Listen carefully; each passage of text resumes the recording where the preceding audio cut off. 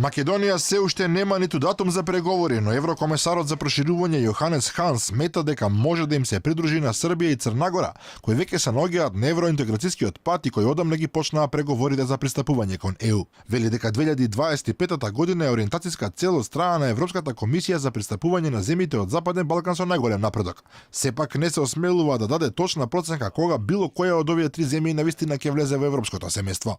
Државите од Западниот Балкан се уште се слаби и проширувањето на Европската Унија е единствениот начин за мирна стабилизација на регионот. Но кога тие ќе пристапат кон Европската Унија, не можам да дадам точна проценка. Хан повторува дека условот за Македонија е договорот со Грција за промена на името, кој речиси известно ќе пројде во собранието по нова година. Иако потоа останува Атина да го исполни својот дел од обврските, што нема да биде толку лесно со оглед на отпорот кој постои не само кај грчката опозиција, туку и кај дел од партиите во владата на Ципрас.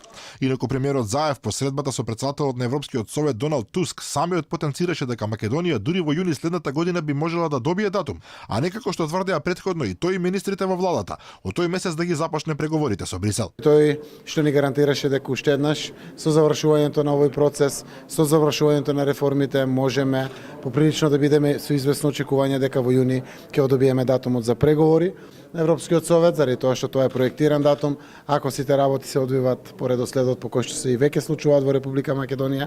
Владината прес-служба од своја страна понуди сосема поинаква интерпретација на пораката од Туск.